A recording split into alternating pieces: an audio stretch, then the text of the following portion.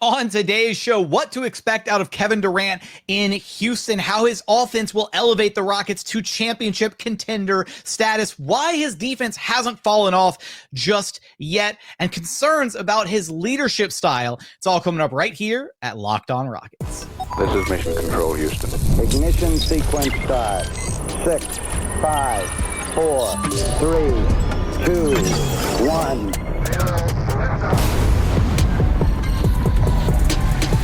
What's up and welcome to another edition of Locked On Rockets, your daily podcast home for everything Houston Rockets basketball. As always, I'm your host, Jackson Gatlin, native Houstonian and credentialed media member. I'm also the host of Locked On NBA Thursdays. Be sure to follow along wherever you listen to your podcasts or on YouTube. Just search Locked On Rockets, where the best way you can help us grow our show is to listen every single day on a podcast platform of your choosing, and then like, comment, subscribe on YouTube. Now, today's episode is brought to you by FanDuel. Right now, new customers can get $150 in bonus bets when your first $5 bet wins. Just head on over to FanDuel.com. And as always, thanks so much for making Locked On Rockets part of your day every single day, whether it's on your way to work, on your lunch break, in the gym. Thank you so much for being an everydayer.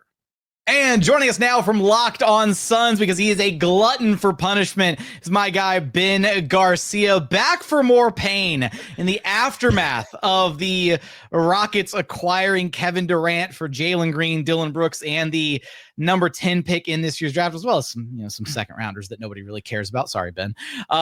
Look, on today's show, we're gonna navigate. We're gonna talk about. We're gonna get into what to expect from Kevin Durant, from somebody who has covered him closely these past couple of years, giving us a little bit of a precursor of what to expect from KD in Houston, his on-the-court impact offensively, defensively, as well as off the court, what we can expect from him, how he has potential or will potentially be able to mentor some of the young guys, his leadership role on this Rockets team potentially, as well as maybe some of the, Twitter shenanigans and whatnot that we'll get into. But let's start with the reaction, Ben, here, because we've done this over at your show. I was over there with you recently. I know you guys have had your reaction. Walk me through your reaction to this trade. Yeah, I had Shams Charania's tweet notifications on, which just really quickly, I also just want to say the one thing I can get back at you for was this guy didn't tell me last time I was on, my microphone wasn't on. So hopefully you guys can hear me well now. I'm like, that was my bad. It almost seems like you just had a fan come on that had never didn't know how to use the microphone. It was just a prop. But either way, we're back there. People can hear me effectively now, so I can scream into the ether of Rockets fans who might be able to hate me even more, because I felt like some of them liked me and I didn't love that. When the Shams Charania notification hit, and I had it on because John Gambadoro here in Phoenix tweeted that it was going to go down today or tomorrow, I did not believe the whole Adam Silver's not going to let it go because it's Game 7. I was like, it's going to happen any second now. I read it once over, and I saw Dillon Brooks, Jalen Green, 10th overall pick. I didn't even see the 5 second round picks because honestly, I didn't really care. And I was like, wait a second. Let's read this again. Dillon Brooks, Jalen Green, 10th overall pick. And then I was like, did Shams get hacked? Jalen Green, I'm not going to take back my feelings of Jalen Green because I'm on this show. I know some scorned, very little Rockets fans are really sad to see him go. Jalen Green might have this untapped potential. And maybe like you talked about a little bit on the show that we just did. And you actually talked me off the ledge a little bit, but even if he has all the potential left in the world, dude, there's no way it's going to fit with Devin Booker. And immediately I was like, crap, this is like the tryout year with Devin Booker, where we have to seem competent, be a fringe playoff team. And Booker has to be convinced, okay, 1 to 2 years of a rebuild, get a star here because it's still Phoenix in the wintertime. Not worried about that. People are going to want to come here. We should be able to figure it out. But ultimately, man, I mean, it was a fleece. Like it was a highway robbery fleece. It was. And that's on me. Maybe my expectations were too high, and Rockets fans told me that in the comments section. I went back and read them. You thought you were going to get Tari, Eason, Dillon Brooks, and whatever. Like, I did think it was going to be Bari, Tari, and the 10th overall pick, and that's what I would have. And then I thought it was going to be a 3-teamer. I thought salary was going to come somewhere else, but I thought that would be the framework. It didn't happen, man, and I got to tell you, I still think Oklahoma City is better because I think continuity is a real thing, but I'm not one of these people taking Oklahoma City to go back-to-back because I would say for the same reason why I didn't take the Celtics to go back-to-back this year. It's really hard to win. It's really effing hard to win. And But right now, because KD fits everywhere, Western Conference Finals favorites, anything less than a Western Conference Finals that goes 6 or 7 games, I think is a failure for the Rockets next season. That's honestly fair reaction across the board. I will say, just talk about getting put through the ringer. If you're Brian Gregory, Suns' new GM, God, to have to step into this, just absolute mess of a situation, and to try to have to salvage something, meaningful out of it, and then to just have you ever set like a potato on the counter and just looked at it? Trust me, there's something to this. Have you ever done that before? No. Where are you going with this? We'll do it today. Look at it, and it will be more inspiring and have a better personality than Brian Gregory does. I don't mean to go after. No, you know what? I do mean to go after the guy because he said he got the job because he was Matt Ishbia's fraternity brother, which I like to say that as a joke because he's like 30 years older than Matt Ishbia. But he is so uninspiring, man. He could not inspire me to get up out of my bed. I might go back to sleep. So the fact that the GM of the Rockets, it's what I effing told Suns fans. I was like, you think when other people around the league are like, Brian Gregory, oh God, this guy's a shark. We gotta come with our best offers. No, the Rockets said, tell this guy Jalen Green, Dillon Brooks, 10th overall pick, and say thank you. And that's what happened. Like, that's what happened. So the insane kind of juxtaposition to here, where like Rafael Stone was in a very similar boat when he took over as GM for the Rockets, and he had to finesse and navigate the exodus of James Harden, and had to decide between, taking the Nets picks or taking, the poo-poo platter offer from the Philadelphia 76ers centered on Ben Simmons, of all people, with Harden trying to reunite with Daryl Morey. And he elected to go the Nets picks route. And then that paid off. It directly turned into Tari Eason and Cam Whitmore and Reed Shepherd. And then flipping those very same Nets picks into, you guessed it, the Suns picks, and now turning some of that into Kevin Durant. It's a little bit of a get Cam Whitmore. How did you not have to give up Cam Whitmore? It's so stupid. Good organizations do that. It was a masterclass by Rafael, and like he's been, he's had some misses in his time as the Rockets GM, but by and large, he's nailed all the heavy big stuff. And this is good. Look, this will be a learning opportunity for the Suns for Brian Gregory at the end of the day. Like he'll be able to revisit this and realize like, okay, what did I do wrong? What can I do differently? It's also not the complete end of the world because it sounds like the other offers weren't phenomenal either for KD. It sounds like the Wolves had pulled their offer. Sounds like the Heat weren't willing to put anything of remote value up at the table. It sounds like Pat Riley just wanted to be like, yeah, I was in the talks, and then like we couldn't get it done. And so he could tell Heat fans like, I tried to get KD, but we couldn't do it. People were telling me in your chat too when it came to like the Kevin Durant trade. I was like, imagine being the Heat and the Spurs. Like, oh, Jeremy Sohan can't do that. Oh, Khalil Ware and Nikola Jovic can't do that. And meanwhile, the Rockets are like, yeah, dude, take Jalen Green and Dillon Brooks. Fine. Like, we'll miss Dillon Brooks, but we're going to take a top 10 basketball player of all time. Yeah. I think we'll do that. So, yeah, man, I think especially the Rockets starting lineup now, you said it a moment ago, but that I wanted, before we move on to kind of getting into what to expect from KD in a Rockets jersey, kind of what is your evaluation of that? You said Western Conference Finals at a minimum 6-7 games. I mean, I see it as clear as day. I mean, they're one of the only 2 teams in the NBA that took games off the Thunder and the Cavs this past season. They've got this defensive identity. They addressed their biggest weakness.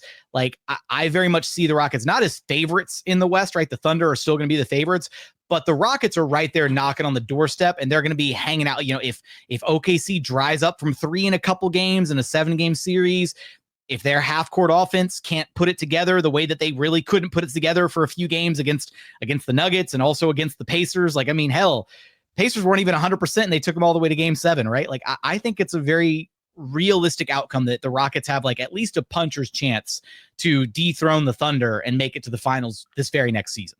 Yeah, I think we'll get to that perfectly in a second. We'll do that in the second segment. But what I would say is the Rockets are in a tier of their own with the Oklahoma City Thunder. I don't care that the Thunder just won the championship. Not every year is the same. You stack up those teams together, and I like to go like, if you did the top 10 players in a series, and I think Oklahoma City Thunder is like the clear opposing team to this. If you did the top 10 players, I will go to bat that Kevin Durant in a 7-game series, I'm still taking over Shai Gilgeous-Alexander. Like, other people will do. Listen, man, go for it. You guys can. Kevin Durant does not like me. I've got plenty of screenshots telling you he does not like me. He is still one of the best players in the NBA. I don't care about the MVPs. Like, go for it, man. You won a regular season MVP. No one cares about the regular season anymore. They just don't. Like, people talking about home court advantage has never mattered less. What can teams do in the playoffs? In a 7-game series, are you really going to take Shai Gilgeous-Alexander over Kevin Durant? I'm not going there. You can if you want to. And then outside of that, yeah, Shai too. But then like Sengun, Amen Thompson, I really like Jabari Smith Jr. I really don't think you guys are going to miss Dylan Brooks that much because I think Jabari is just going to step right into that role. And then you start getting into like the deep of the like, who's got a better bench? And then, okay, who's got the better head coach? I like Mark Daigneault. I kind of like Ime Udoka better, but I think that that's just my preference of a head coach.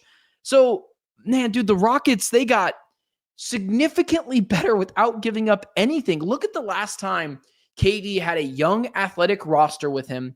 Nick Claxton. This was before Joe Harris blew out his ankle, I believe it was.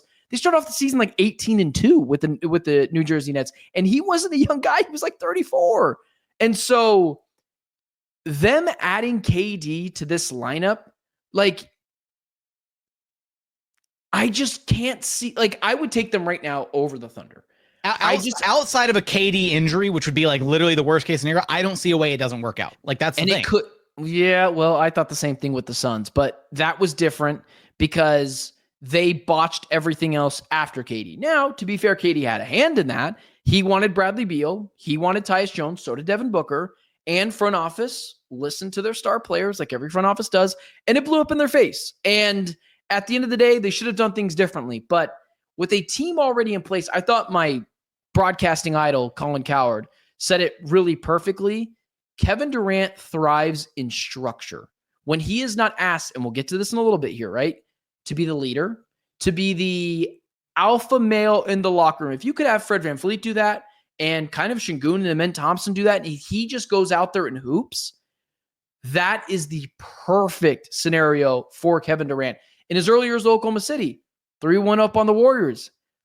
Serge Ibaka, leader. Russell Westbrook, leader. It ended up not working out. The Thunder or the Warriors, it fits so seamlessly because the structure was already there. And then he made a disastrous decision to leave Steph Curry and go join Kyrie Irving in New Jersey. And it mostly blew up in their face because it was unreliable players, no leaders, and injuries. And then you go to Phoenix. Devin Booker, it's really hard for the best player on your team to not be the leader. And Devin Booker was never the best player when Kevin Durant was there. Dwayne Wade did it. Dwayne Wade did it with the Heatles. He was the leader of that team. And LeBron James was the best player, but people listened. You know, Wade had that NBA championship pedigree already. With the Houston Rockets, that's like one thing I would worry about is none of those guys have won a championship outside of Fred VanVleet, so there is that, but not with the Rockets. Whoa. Put some respect on Uncle Jeff's name. He's an unrestricted free agent. Is Jeff Green still there? I guess they're probably going to bring him back on a vet minimum. But there you go. That's a really good point to make as well. The structure is already there for the Houston Rockets. So if that continues to stay there, and his relationship with Ime Udoka is good, and he's going to demand a bunch out of KD. And Royal Ivy is there as well, another guy who was really close to Kevin Durant. I don't think people know that. That is a real match made in heaven. I think ultimately Kevin Durant probably should have went to the East because the East is so easy. Like now with the Pacers done, probably with Tyrese Halliburton and the Boston Celtics done. Like Milwaukee. You go to the Knicks, you know, they didn't really want him, but the Heat, maybe if they were able to get that ridiculous deal through to the Phoenix Suns, that would have been good. But a really good second option is Houston. And not because Houston isn't better. The West is just the wild, wild West right now, man. So, dude, congrats to Rockets fans, man. Like, I wish I was a fan of your guys' team right now because you are due for really good days ahead. And let's say KD, I don't want this to happen, obviously, but let's say like he has a catastrophic injury. Your team is still good enough to compete in the Western Conference. You're telling me Shai couldn't get injured? Like, I don't think it's nothing. And that's what you guys did. You guys kept the structure, kept all the draft picks. Hell, you guys could still go after Giannis Antetokounmpo if you wanted to. Like, and now don't do that. I think continuity matters, but it'll be Derek White. It'll be Derek White. That's who they're targeting next. No, but if you could, there you go. Like, right. If you get like another strong role player, I wouldn't have hated Drew Holiday here, but you probably don't need another guard. But Derek White, one of those guys, because the Boston Celtics are acting poor. That'd be a great place to be. But yeah, man, maybe one more piece, maybe one more. But I really like the Rockets next year. You guys are in for a really good time. All right, coming up, what to expect out of KD, both on and off the court. We'll take a look at his offensive impact, his defensive impact, and the leadership, all the other kind of intangibles that come along with KD as well. We'll get there in just one moment.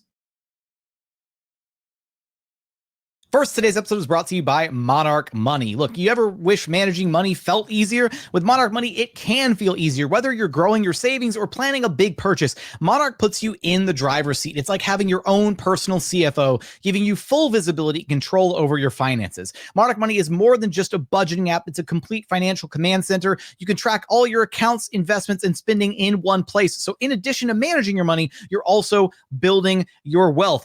The biggest surprise, maybe it wasn't really a surprise because I'm just bad about buying food. Like whether it's going out to restaurants or getting fast food or using delivery apps, like I probably spend more than I should on food. And when I started using Monarch, that made it readily apparent. Now I budget smarter and save more. So take control of your finances with Monarch Money. Use code LOCKEDONNBA at monarchmoney.com for 50% off your first year. That's monarchmoney.com, code LOCKEDONNBA for half off your first year.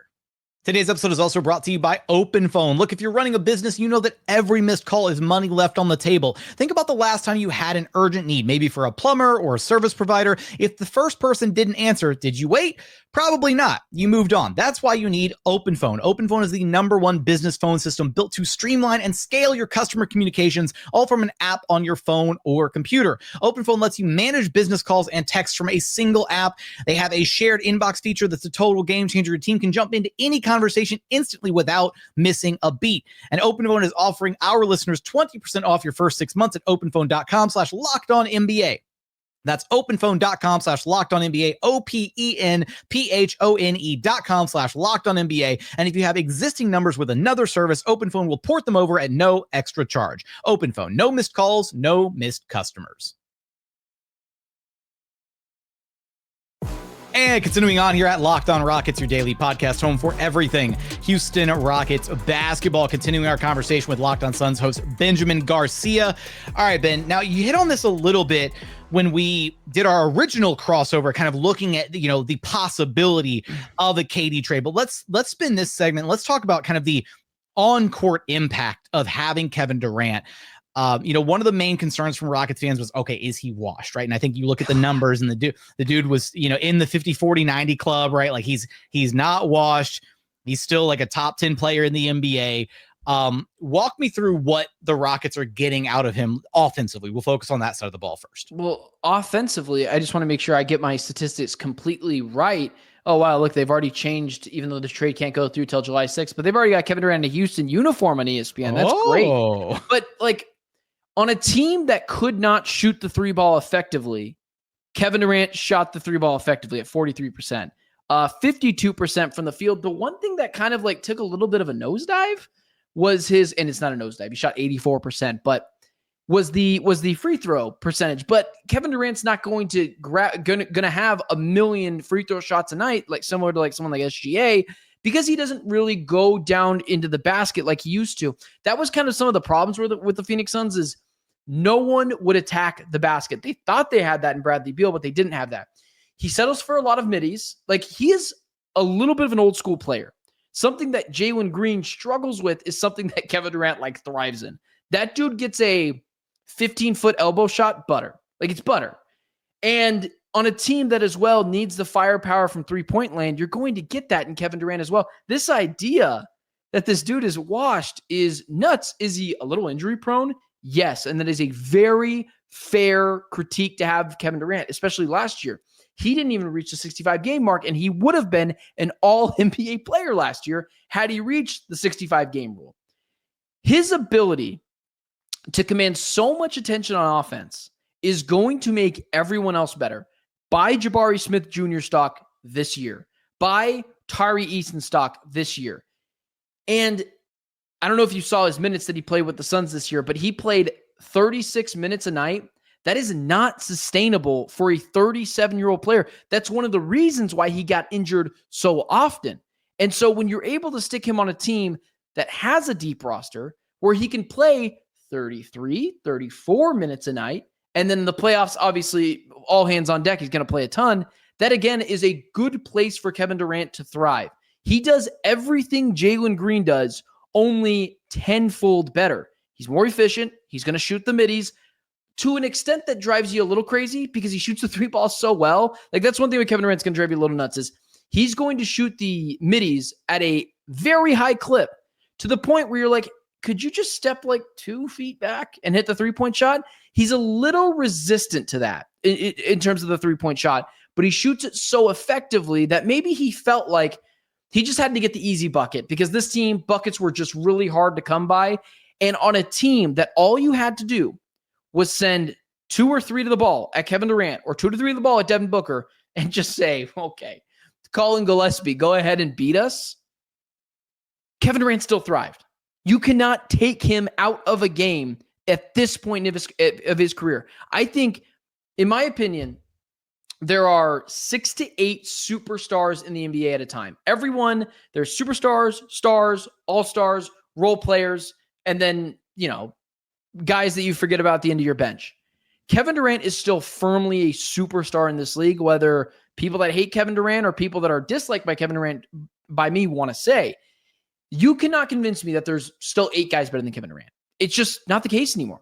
However, and I don't mean to filibuster here, but there's a lot to get to, is one thing that I perceive to be a little bit of an issue, younger team. And what gave Kevin Durant troubles last year was our team was a little bit older. When younger teams came to town, like the Rockets, they ran circles around this team. Thunder, Rockets, Pacers, you name it. Those teams that play with pace ran circles around these teams. The one thing with Kevin Durant that I worry about, with a young team like the Rockets that is going to continue to play fast and aggressive and with pace, I wonder if Kevin Durant's going to be able to hang on with that. Like maybe his minutes gets cut down to 30 minutes a night because he is a little bit older. And that Rockets team's going to play with a ton of pace. And I do worry about his ability to adapt to that. But at the end of the day, I just lean on Kevin effing Durant and you're going to be just fine. Weirdly enough, like this Rockets team, built a lot of their offensive identity out of 2 things: turning defense into offense, right? Getting stops and getting out and running. And then getting second chance points because they were the best offensive rebounding team, one of the best offensive rebounding teams in NBA history. Their half court offense was basically propped up by their ability to offensive rebound. In fact, the running joke was the Rockets offense is so bad, sometimes it's better to just get a shot up off the rim because the second look, the putback, was better than the first look. And weirdly enough, the Rockets rebounding numbers will actually hopefully take a significant hit this next season because they'll actually be able to make more of the first shots rather than having to go get their own offensive rebound after a miss. And that's, hopefully where KD can step in and start knocking out some of those shots. I want to follow up on what you said about that here in just a second, the idea of the defensive stuff. But first, my other question to you is how much of KD's role offensively at this stage is it exclusively like give the ball to KD, let him cook, let him ISO? Will he play, a 2-man game? I know he didn't have the best, big man weapons in, Nurk or Nick Richards, but like, how did he look playing in conjunction? How much of it was giving the ball, get away from him, let him cook versus like, can he play off ball? Like, did he play off ball with Book at all? Like, give me the lowdown on that. Kevin Durant is really good at everything. Like I could say like, when I say he struggled off ball, which he did, what I mean by that is he just wasn't elite at something. He was still pretty freaking good at it. So take that with a caveat. When I go after his weaknesses, it's not me saying Kevin Durant sucks. It's me saying he's just not a top 3 player at that position. It's probably more like top 15. He sometimes, in my opinion, and Kevin Durant stans will say this differently, I believe he had a little bit of a problem staying engaged offensively when the offense wasn't consistently running through him. This is something that is going to be in the back of the mind, I think, of Ime Udoka, of all right, it's been 4 or 5 possessions. We got to get Kevin Durant his. But you're okay with getting him his because it's not Jalen Green, because you're not worried about him taking an inefficient shot. The offense is going to need to run through Kevin Durant for him to stay fully engaged offensively. He's going to take up a lot of space, but he's an unselfish basketball player. Like, he was willing to take a hit for all of the statistics so Devin Booker can get his, so Bradley Beal can get his. All 3 of those guys, got to be honest with you, super unselfish players. It's just, if there's a game where Fred VanVleet is going off and Jalen Green is going off, or not Jalen Green anymore, but Jabari Smith Jr. is going off, he will look disengaged on offense and kind of stuck in the corner. Oftentimes people would blame the Suns of, why are you putting Kevin Durant in the corner? I think it was Kevin Durant putting Kevin Durant in the corner, because consistently with head coaches, Monty, not as much Monty, but Monty, Bud, Vogel, and who the hell is our head coach now? Who the hell is the head coach this year? Oh, Bud. And then, so just with those 3, he oftentimes would get lost in the offensive mix because I think he felt like he wasn't getting his, and he was kind of like, we're down by 20 now. Like, who cares at this point? But there was a sense of, like, I don't blame that on him. Like, the team sucked, man. It's very exhausting when you go to a job every day and you do your job tremendously well to an A+ elite standard, but you work for a bunch of idiots, and that being Ishbia, Bartlestein, or your coworkers, your supporting coworkers, not named Devin Booker, Colin Gillespie. I like Oso Ighodaro, but he was a rookie. Oso Ighodaro. Like, you're like, I got to carry these guys every day. Like, I don't blame him being a little disengaged sometimes. I don't think that'll be a problem with the Rockets, but I wanted to touch on this defensively. Here's another plus that I still think he's elite at.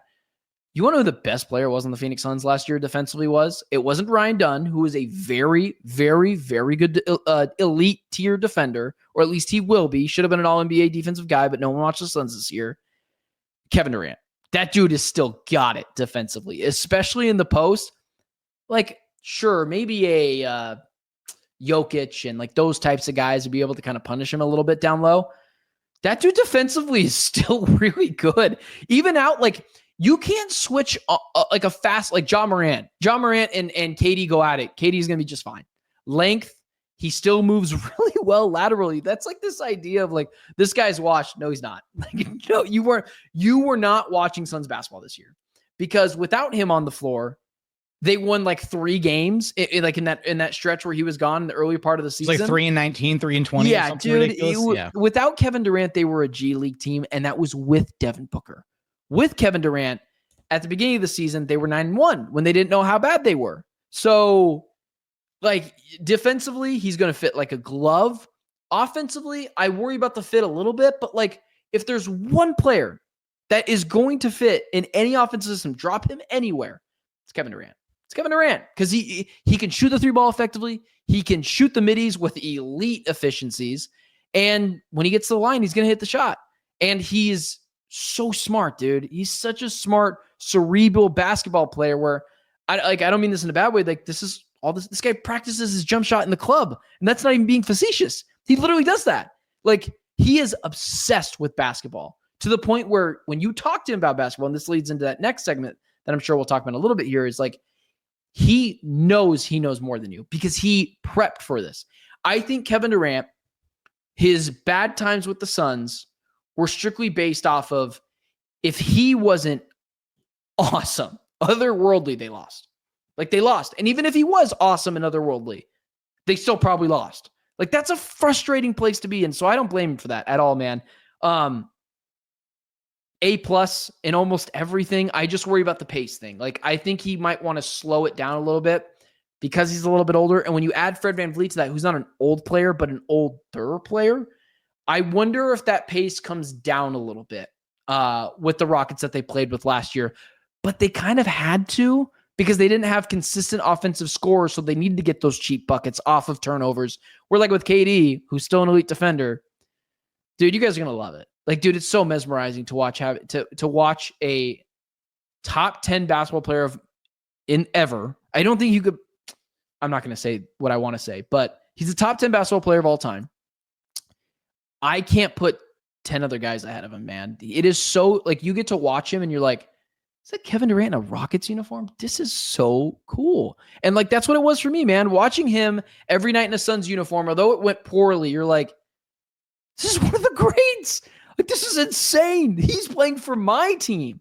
And that's pretty cool, man. I wish it could have ended better here, but what do you want me to say in the negatives? Oh, sometimes he can have an off shooting night. Like, okay, like everyone has that. There's not many negatives, man, with KD. All right. Well, coming up, we're going to get into some of the intangibles. Except for his hairline. Oh, he had to get one dig in there. Oh, sorry. man. Sorry. I'm trying to start things off on a good note with KD, man. I can't. Sorry. He's going to hit me up. Dude, he right. might listen. He might already be listening to your show. I know he listened to our show. He's going to say, oh, why'd you have Clown Garcia on your show? He does not. Kevin Durant does not like me. He told me the other day I should be covering basketball in Lithuania. Oh, that's. Oh, man. No love lost between me and my guy, dude. I'm sorry. Do your tease. Oh, man. All right. Coming up, we're going to talk about the intangibles with KD, what to expect from him off the court, his mentorship of the young guys, his leadership, which has been in question at times throughout his career. We'll get there in just one moment. First, today's episode is brought to you by FanDuel. Summer sports are in full swing, and whether you're all about baseball under the lights, golf on the green, or high-stakes soccer action, FanDuel is the best way to make every game even more exciting. You're already following the action. Why not make it a little more thrilling? With FanDuel, you can get in on the game while your friends are actually getting sunburned at the beach. Look, FanDuel has so many different ways to get involved. They've got live same-game parlays. Use their parlay builder and find a set of bets that works for you, that you feel confident in. They've got new daily promotions that keep things fun and engaging all throughout this summer. Right now, you can head on over to FanDuel.com. Take a look at the odds-on favorite to win the World Series this season. The Dodgers plus 220, the Yankees plus 650, the Tigers right behind them at plus 850. You've got the Phillies at plus 950, the Mets at 1,100, and then the Houston Astros, your own Houston Astros, plus 1,300 to win it all this season. If you're new to FanDuel, new customers can bet just $5 and get $150 in bonus bets if your first bet wins. Open the FanDuel app today or visit FanDuel.com to get started. And final segment here at Locked On Rockets, your daily podcast, home for everything Houston Rockets basketball. All right, Ben, let me hit you with these last couple things about KD kind of off the court, right? Because we know about the on-the-court production. Let's start with this idea about KD as a leader. You hinted at it, a moment ago, talking about kind of the structure, the fit, having kind of the culture and everything already in place. I think we did talk about it a little bit during our crossover previously, right? Because this Rockets team, they have, their emotional leader, is definitely Fred VanVleet. Dillon Brooks was kind of that, so losing him hurts in that regard. But they also have Ime Udoka is very much like the leader of this team. And I feel like that's maybe increasingly rare to find in today's NBA, where the head coach is truly the leader of the team. Like, I think Eric Spoelstra is also that for Miami. Like Spo is the head of the snake in Miami. You don't look at like Tyler Herro or Bam Adebayo or as like the emotional fulcrum of that Heat team, right? It's Spo. And that team goes as he takes them, kind of. What do you make of KD as a leader and how kind of it'll fit into this young Rockets team? KD's got a really bad idea, I think, of what a leader is. This is where the knock on Kevin Durant comes. He has mentioned multiple times he's not interested in being a leader. He's not interested in being the rock when things are going poorly. Now, I don't think much is going to go poorly with the Houston Rockets because they got KD effectively. But let's say there's a 5, 6, 7 game losing streak. Kevin Durant is very, very, very sensitive. That is okay. Not everyone is thick-skinned, and that is totally fine. That is not a knock on someone's personality. But he will be the first to tell you, when the Suns lose a game, he's like, oh, like, it'll be in the terms of like, well, I don't know. I mean, I had 35 points. I had 5 rebounds. I had 5 assists. Like, I'm not taking direct quotes from him, but he's not the one saying, yep, I got to be better. Yep, I got to be better. It was on me. I know Ryan Dunn wasn't great tonight. I know I had 30 points, but I got to get the ball to Ryan Dunn more when he is. Sorry, my camera's not focusing well because I'm shaking my desk. But he's got to be. He is not that guy. When the Suns were on 8, 7, 6 game losing streaks this year, I wanted Kevin Durant to be a little bit more pissed off and like, we got to get this thing honed in. That's not him. He's going to tell you to the media, and you're going to really love him as a media member. This is the reason why he won the Magic Johnson Award. This is where the good stuff comes in of like, he will answer your questions every single night. Devin Booker did not do that. Kevin Durant did. Good or bad, for better or for worse, he answered your questions. He just never gave you the answers that you're like, okay, so you got to be better in the pick and roll game. What the hell is going on in the locker room types of things. In terms of like young guys, Ryan Dunn loved him. Oso Ighodaro loved him. He went with Ryan Dunn to watch Ryan Dunn's brother pitch. And I think it was spring training earlier this year. Like, he is a chemistry guy. He loves his dudes, but he is not interested when the Cross Bros come firing at the Rockets when they lose 4 games in a row. Oh, why isn't Kevin Durant doing this? Oh, why isn't Fred VanVleet doing this? He's going to turtle shell. He is not interested in being insulted, because here's the one thing that I've learned in covering Kevin Durant in my own space, which has been, 2.5 years now over Fox Sports, and now with Locked On Phoenix Suns for the last year. Nothing, this is going to sound so bad because of the perceived relationship I have with KD, nothing is ever Kevin Durant's fault. And when you are a leader, that can't be the case. Nothing is ever Kevin Durant's fault. It's the front offices. It's not getting enough support. It's Russell Westbrook in with the Thunder. He was taking too many shots. And my favorite one the other day, well, the fans wanted me gone. That is Kevin Durant. He is not interested in saying, sometimes I'm the problem and I have to look myself in the mirror and be better. Whether that was the feud with Draymond Green over with the Warriors, or maybe it was, I don't think he had too much to do with the blame with the Nets, but with the Suns, it was like, well, maybe I am hiding in the corner a little too much when and it's perceived as the coach is doing this, and maybe I'm shrugging off a head coach in the middle of a game like he did with Coach Budenholzer, and he's shrugging that off. Like, he's not interested in taking blame. He's not really interested in your credit either. He just wants to hoop. Like, he is the bona fide, I just want to play basketball. If I could do it in an empty room, I would, and play 5-on-5 with guys. It just happens that the NBA is really popular and people are going to criticize his game.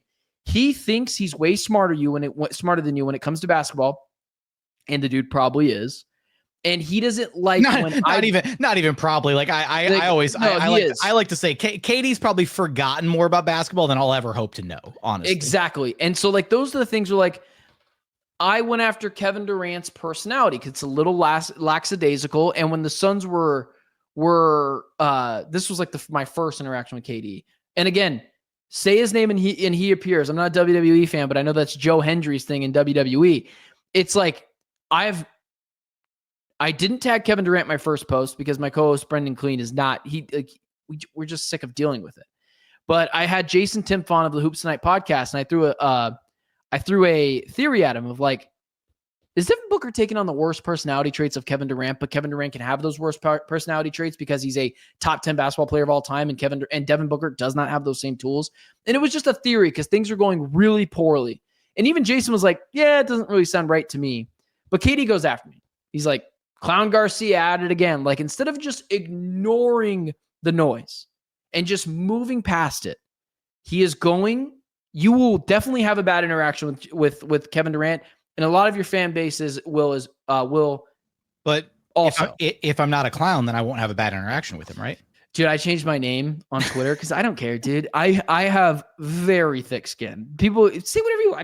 I don't care. Like, whatever. Just don't say anything about my family. Like, I don't care. Call after me. But I changed my name immediately after you called me Clown Garcia to Clown Garcia because I was like, dude, I'll own it. I don't care. It's my job to go after angles. But he's gonna surf on social media for his name, and if he sees something that Jackson Gatlin put out that he doesn't like, he's going to come after you for it. I would argue no one cares when you're winning. When you're losing, it's very annoying. So in Phoenix, that got very annoying, and it was perceived as nothing is ever my fault. And it kind of was. It wasn't on him completely, but he played a role. When your season is as disastrous as the Suns was, everyone shares the blame, including Devin Booker. We can slice up and divvy up whose fault it was, and Kevin Durant would be very small piece of the pie on that list. But whenever you say, KD, like, oh, this was a little bit of your fault, he's like, I can't do anything right. I can average 30 points. I'm going to go after Emmanuel Ocho on Twitter because I don't like my legacy score. And I'm going to go after some no-name guy named Ben Garcia because he thinks I'm adapting to bad personality traits. I'm going to go after Jackson Gatlin because you know what? I just don't like his beard. Like, that's what he does. And he's got rabbit ears, man. But when it's going good, you're fine. When it's going poorly, that's when it starts to get really irritating. But like with the players and stuff, he had a good relationship with everyone. Booker loves him. Ryan Dunn loved him. Oso Ighodaro loved him. You know, those are the 3 players that'll probably be on this team next year. But this idea that there was fistfights in the locker room, dude, trust me, I would have heard about it. And all the fistfights would have been was just like everyone ganging up on Bradley Beal after talking about his no trade clause for the 100th time. Oh God, the no trade clause is going to haunt Suns fans for. Hey, would you like Bradley Beal? No, hard pass. We'll pay. Here's the deal. We'll pay his money. You just have to have him. Still hard pass. How's that? Just because there's no salary matching over here in Houston. You go look somewhere else, man. Oh man. Hey, well, look, thank you so much for being here with us, Ben. We appreciate the insight on kind of what to expect from KD in a Rockets jersey. Rockets fans, if you want to go check out Ben and all his fantastic work, go check him out over at Locked On Suns. Ben, we appreciate you so much for being here with us, man. Don't lie to me. You will never have me on here again. You're not thankful to have me on here. No. I'm going to have you on in 2 years when they start leveraging the 2027 pick to trade for Devin Booker. Come on, we've already established this. That's going to happen in 2 years. Can we at least cross over after the Suns and Rockets play? Also, just so we're clear, nothing against Kevin Durant, but the Suns should absolutely boo Kevin Durant if he comes to Phoenix. Want to know why? Because Kevin Durant, although he was very good here, he didn't bring them a championship. He didn't take them to a championship. If they're not historically valuable to your organization, Steve Nash, Amari Stoudemire, Sean Marion, Devin Booker, boo them. Boo Chris Paul too. He's not on my team. They're not on my team anymore. Jalen Green and Jalen Green and Dylan Brooks are getting cheers when they come back to Houston. They're not getting. You think Jalen Green will? No, they're 1,000% they're getting cheers. I don't know, man. I'm so anti every other team. It has nothing to do with Kevin Durant. He's just literally wearing a Rockets jersey now. If he never played for the Suns, like boo him, boo this man. If they're not on my team anymore, and they didn't play a significant role, probably not CP3, Mikal Bridges, Cam Johnson, they all went to the championship with us. But boo the other team. It's okay. I don't owe you anything. We paid you millions of dollars to come play basketball. So I hope they boo him, but I hope they boo everyone that is not a member of the Phoenix Suns that doesn't have some historical relevance to our team. I hope you guys boo Dylan Brooks and Jalen Green. They're not on your team anymore. It won't happen. They'll get booed during the game, but during their introductions, there'll certainly be cheers.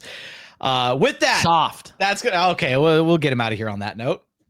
That's going to do it for another edition of Locked On Rockets. As always, thanks so much for checking out the show. Remember, the best way to help us grow the show is to listen every single day on a podcast platform you're choosing, and then like, comment, subscribe on YouTube. But as always, thank you so much for watching. Thank you so much for listening. We look forward to having you back right here at Locked On Rockets, your daily podcast home for everything Houston Rockets basketball.